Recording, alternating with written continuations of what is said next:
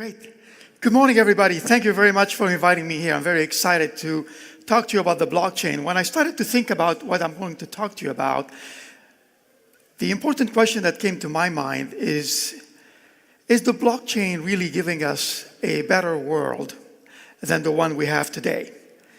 And if that world is about decentralization, let's talk about it today. What I'm seeing in the activity that's going on in the blockchain is that all the entrepreneurs are rushing. They are in a hurry. They want the blockchain to do things that maybe we will not see for another 10 years. So the activity is making the blockchain bursting at the seams right now. And last week I was in Vienna, actually, and there was a relevant point to this. There is an old saying, apparently, that if the end of the world is near, they say, go to Vienna, because everything there happens 10 years later. So when I was talking about the blockchain last week in Vienna, I felt safer there because I really want the blockchain to take its time in unraveling itself so that we can get to it in a safer manner. Just by way of disclosures, and some of you know me, I am involved in a number of activities in the blockchain space. Some of you may have read my book. It has been translated in 10 languages now. I also blog a lot. I run the Token Summit, which is taking place in New York in 3 weeks. I have a blockchain index, and I am involved in a number of companies as an investor or board member.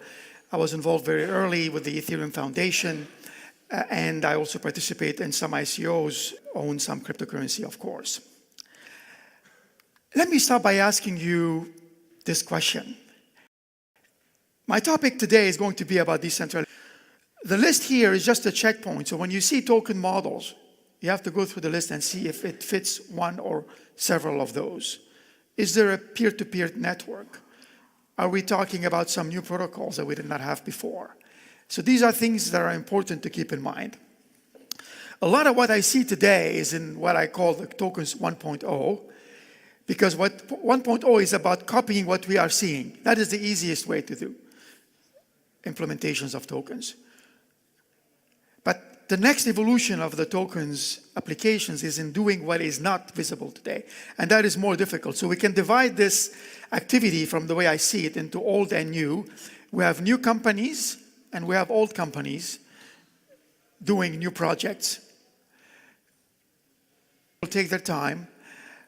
But the issue right now is that these ones are not going to work. They are in the short term. Just applying the blockchain and the tokens to something we already see. Especially, for example, I see a lot of companies that use the token as a payment mechanism. It is the most unimaginative way to use tokens today. It's just to slap a token on a model and say, now we're going to use the token to pay for something. That is barely scratching the surface.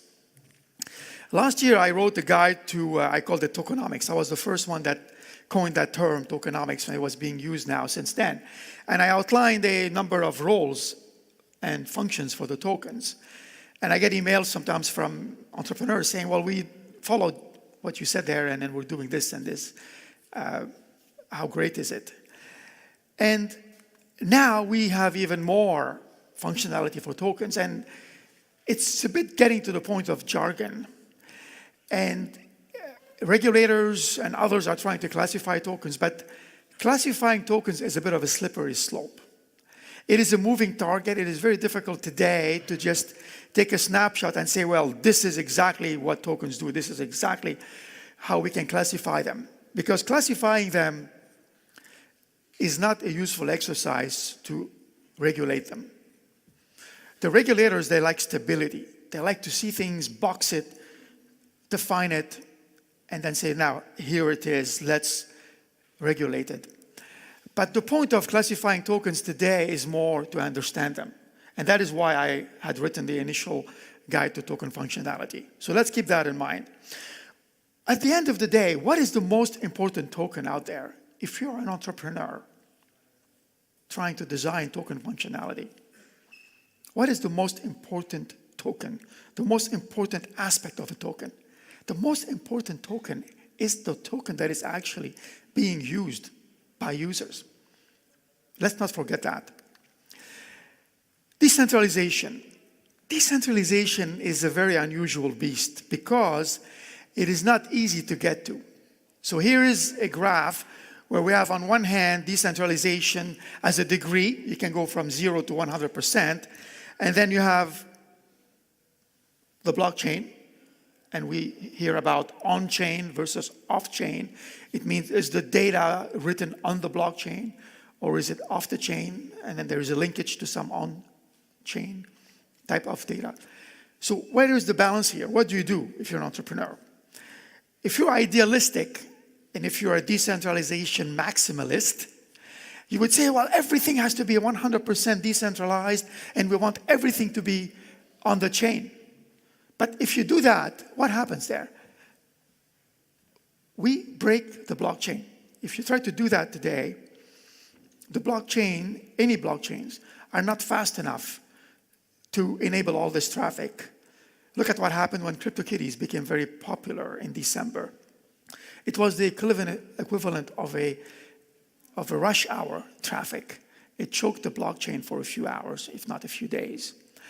In reality, if you're an architect of blockchain systems or blockchain applications, you really want to have a balance between decentralization and on-chain. And that is really the most important thing. What is that balance? Whoever gets the right balance is going to be winning going forward. What is a token? What is the token? What is the definition of a token? Some would say, well, it's a cryptocurrency with a purpose, but it has to create value. The token is something that a company, an organization creates to enable its users to create value for everybody. It empowers users to interact with each other. And the rewards are now distributed. They are not centralized. That is the key thing. And if you're trying to come up with a new company that the token is part of it, try to write this value proposition that is unique to you. Try to find out what is the token doing in terms of who is it for, who is using it, at what cost, what is the pain that users have to go through to get into it, what are the benefits, what does it result in, what is the transactional benefit. Think about that and try to write it. Because the killer application is not the token itself, it is what the token enables. The token is just an enabler of an ecosystem, of a new protocol, of a development environment. And that is what we have to remember. 2 years ago, I started to talk about the circular economy and the fact that the token can be the representation of our work. And we can be rewarded now if we do work. If you think about it, the way Bitcoin started in 2008, 2009, the paper that Satoshi Nakamoto wrote, there was a proof of work. The proof of work was about computers doing the computational work to validate transactions and to get rewarded by minting Bitcoin. It is a computer kind of work. But now we are moving this concept to humans. We are doing the work now. So that the token are a representation of the work that we do. And we will be rewarded by doing this work. Today, all of us, maybe you don't know this, we all have 3 jobs. Did you know that? We all have 3 jobs. The first job we have is the one that we go to the office for, the one that you get a paycheck for. The second job is the job of taking care of your home, cleaning up, taking care of a relative, taking care of family, doing the dishes, cooking. That is a second job. We all have that job. And the third job is a job that was given to us by somebody online. When you go and book a ticket, when you go and write some content, when you go and buy travel airlines or book a hotel, that is work that was given to you. But nobody's compensating you for that kind of work. In the future, more and more models will have a token in the middle where you will be compensated for the work that you are doing. Let's take Facebook as an example, because it's been in the news recently. The average person spends an hour a day on Facebook. And what do we get in return? We give them our attention. We give them our data. We know that now, by now. We didn't give it to them. They took it maybe. But what do we get in return? Nothing. They aggregate all this data and they resell it to advertisers. And we don't get anything in return. We just get the satisfaction of connecting with friends, and we get bombarded with advertising. What if in the future we would be rewarded by this attention we are giving Facebook, or we are giving this other new application? The future is going to be a place where we are going to be compensated if we give our attention, if we give our data, if we give anything valuable. We want to be compensated by it. How many of you go on a place called Steemit? And that's good, about 10%. So you can go on Steemit, write content. It's a decentralized Reddit. And depending how popular your content is, you will earn real tokens. You will earn Steem money. If other users comment on your content, if users promote it, you will earn real tokens, real money. The Steemit blockchain has already rewarded $40 million to users. And that is one example, and we're going to see more of them. Theory is always perfect because I see a lot of white papers there. They say, well, the token is going to do this, it's going to do that. On a white paper, everything looks good because there is no skin in the game yet. Skin in the game meaning that the product exists and the product is touching users. There is no plan that survives the battlefield. You can plan all you want. You can have a great white paper, but you really have to go to the battlefield and face the users. Token functionality is being abused. I said that already because we don't know what we don't know yet. You have to go out there and test it out. A token is not a carrot. It is not something that you give somebody as a discount and try to get them to come in. There's the concept of airdrops. Many of you that have wallets now, suddenly you see a new token appear in your wallet that's maybe worth $2 or $3, and you have never heard of that token. They're trying to give you a carrot. It could be like a discount, or here's a coupon equivalent to, here's a coupon to get a beer at a bar. But maybe the coupon will get you into the bar. Maybe it won't keep you there. Maybe you won't like the beer, or maybe you won't like the bar. It is not enough to just use the token as an airdrop mechanism if they don't know anything about what you're doing. It makes it more difficult to find what I call the token to market fit. It is the new product to market fit in startup speak. And companies, before tokens, took years to iterate on the right product features in order to hit it.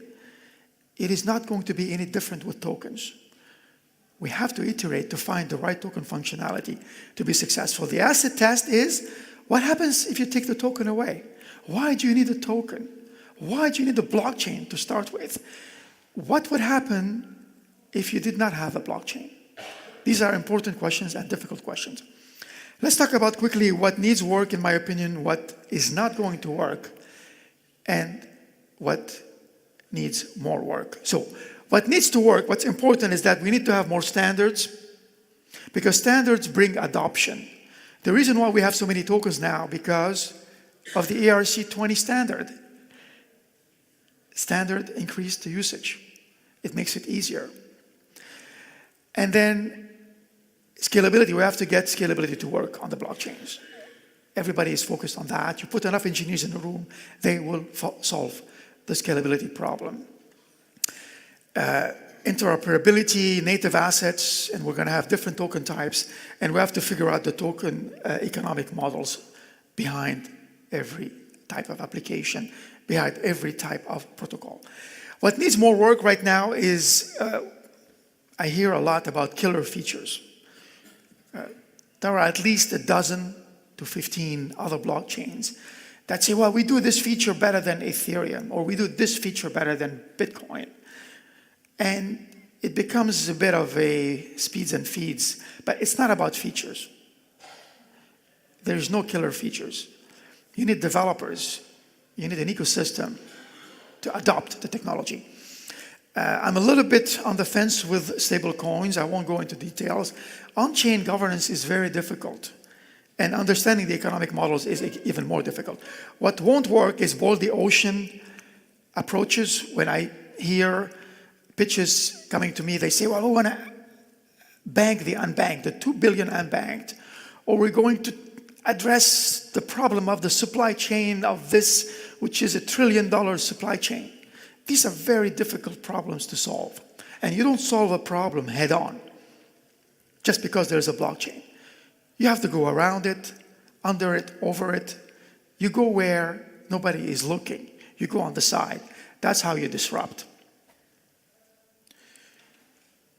Be careful of dressed up websites and really nice white papers and other advisors that are not. A perfectly drafted ICO, you can hire a lot of lawyers and they'll make your ICO very legal, very legally sound. It doesn't increase your chances of success. What increases your chances of success is how you surround yourself by mentors and others that have been there. And it is about going to the market with a real product. Let's talk a little bit about regulation, because that we cannot escape not talking about regulation if we're talking about blockchain and tokens. And then I'll dive into more about decentralization. It's a lot easier to introduce regulation than to update it and then to change it. And that is where the issue is today. The current landscape of regulation, there is 4 spheres. There is the typical European activity. There is the North American activity, and there's the Asian activity. And then there's also what I call the alternative jurisdictions. These are the ones that are trying to be very innovative, and they've been traditionally part of the alternative financial systems, like Liechtenstein, Gibraltar, Malta, Cayman, and some of those. And they are being creative in allowing new models. But already right now, there's so much going on in regulation. It is a balkanization. Lots of flavors of regulations. It makes it more difficult for the entrepreneurs to figure everything out. So what are regulators doing today? They are doing the easiest thing, which is to apply the existing regulation what they see. And they say, well, it's a security. We have securities rules that have been created in 1933, 32. Let's apply them. That is the easiest thing they can do. It's like they are trying to fit a square peg into a round hole. That is very easy, but it is not the solution. What is more difficult is to say, well, can we update the regulation? Can we change it? Can we allow maybe self-regulation? Can we not do anything? Leave it alone for a bit. The blockchain and tokens are like babies. They are just coming out into the life. We cannot apply adult rules to babies. If you have kids, you know that. Try to impose adult rules to babies. And maybe one day we'll harmonize everything so that it becomes a level playing field, but I don't have a lot of hope for that, at least not initially. Where are we today in terms of the blockchain evolution? We are in what is called today the installation phase. We are still installing. And the installation phase happens before the deployment. This follows the economic life cycles of Carlota Perez, who is an economist that studied the evolution of technological revolutions over the last 100 years. And she observed that every time there was an initial installation phase that preceded the deployment phase, and in between there was a crash. That is what happened with the web in 1999. Because we overshot. We have to overshoot a little bit. We have to go over, and then we can go back and say, well, these are the boundaries. And this is where we are today in the blockchain. In terms of the analogy of the web, and this is a slide, by the way, I've been using for almost 24 years, infrastructure, middleware, applications, nothing has changed. We need the infrastructure, we need the middleware to allow developers to write applications that use the infrastructure. In terms of where the blockchain is today, we are still in the infrastructure building stage. We need better middleware, and we certainly need more applications, specifically at the consumer side. Let's talk about decentralization. 3 pillars to decentralization in terms of how do we see it? When will it be visible? It's really about trust permeating. It's about enabling information to be decentralized, and about wealth being more distributed. In the trust sector, it's really about a new level of trust here. We have to see decentralization permeate law. It is not there yet. We have to see trust permeating governance, and we have to see trust permeating industries, business-to-business relationships between partners. In the area of information, we're just beginning to see that today, where content is being decentralized. For every central type of application, there is a decentralized version of it, where the user owns their own data. There are at least 2 Twitter examples that are decentralized Twitter that are being created today, where the user owns their own data. Privacy, security.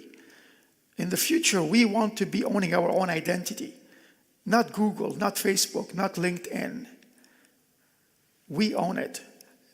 That is when we know whether decentralization has started to permeate the information market. And finally, the economic production of wealth, because really the blockchain is about distributing wealth. It is not about centrally controlled systems where all of the wealth goes to one party, like Facebook. They are the ones making the billions.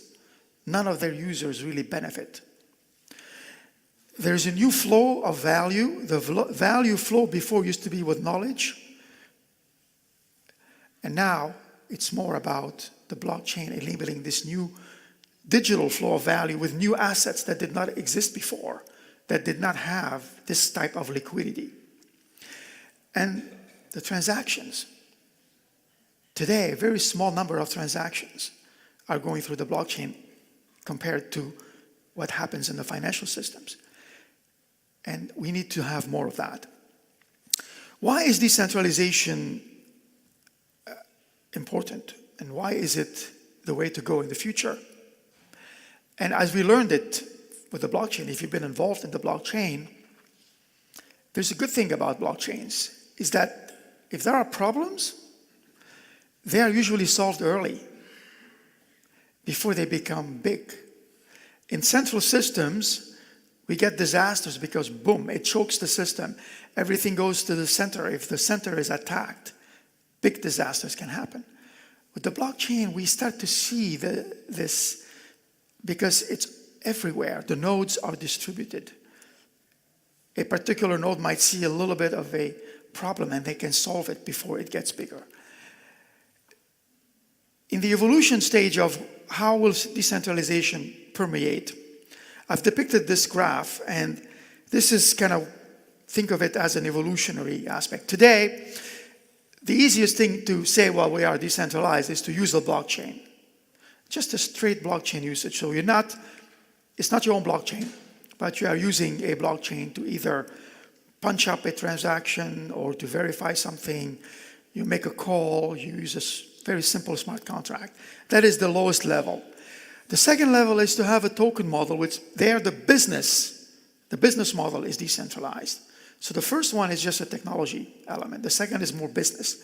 The third one is you are expanding even more now and using more than just a discrete point in time. You're using a decentralized infrastructure that exists already. Going further, you have your own network now. Some of the blockchain applications create their own network, peer-to-peer network with nodes. The blockchain Bitcoin network has maybe 9,000 nodes. Ethereum has close to 18,000 nodes. And you can go on down the list. But having a peer-to-peer network is not just for blockchains. It is also for applications. OpenBazaar, for example, is a peer-to-peer e-commerce decentralized application and protocol, and it has its own nodes. So the concept of having nodes is also coming to the applications, not just at the blockchain infrastructure level. Finally, and then the last two, is you have to let the blockchain enact the consequences. This is where more sophisticated smart contracts come into play. If this, then that. Let the blockchain decide who to reward. The Steemit blockchain rewards users on its own.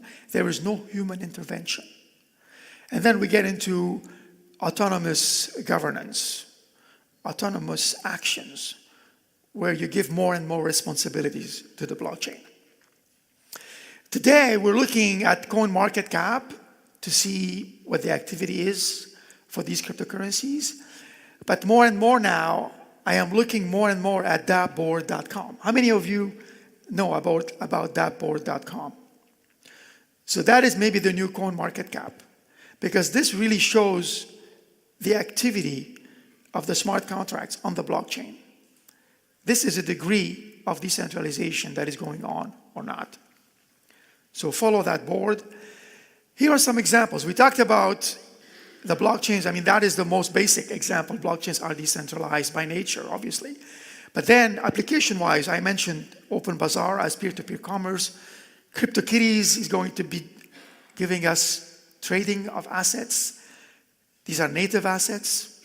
It could be kitties, it could be tanks, it could be monsters.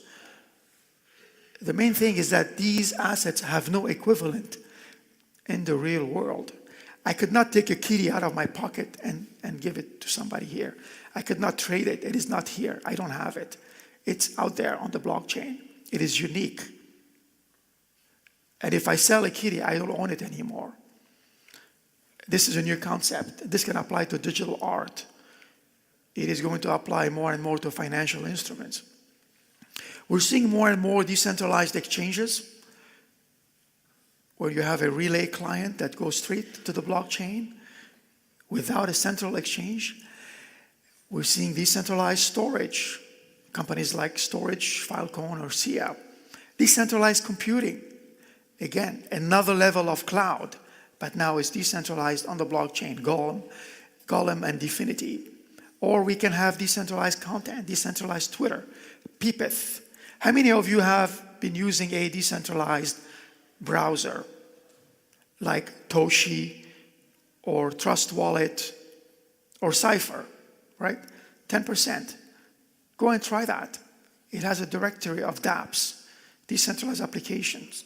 One of them is a decentralized Twitter. Every time you write a tweet, you decide to save it on the blockchain, and it may cost you a few cents. But you know that you own that data, and that is the way forward. So I've started this talk by thinking in my head and making you think, can the blockchain lead us to a new world that is better than the current one?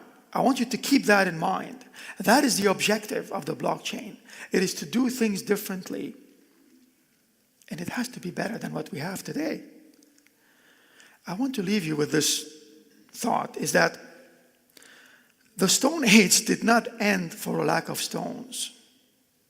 The Stone Age ended because technology came and it replaced what we were doing in the Stone Age. And the same thing today, central systems are not going to end because there's no more companies that want to control everything. We have to create this new decentralized world ourselves without waiting. And that is really the promise. And that is the expectation that we should all have when we create these new systems. Thank you very much.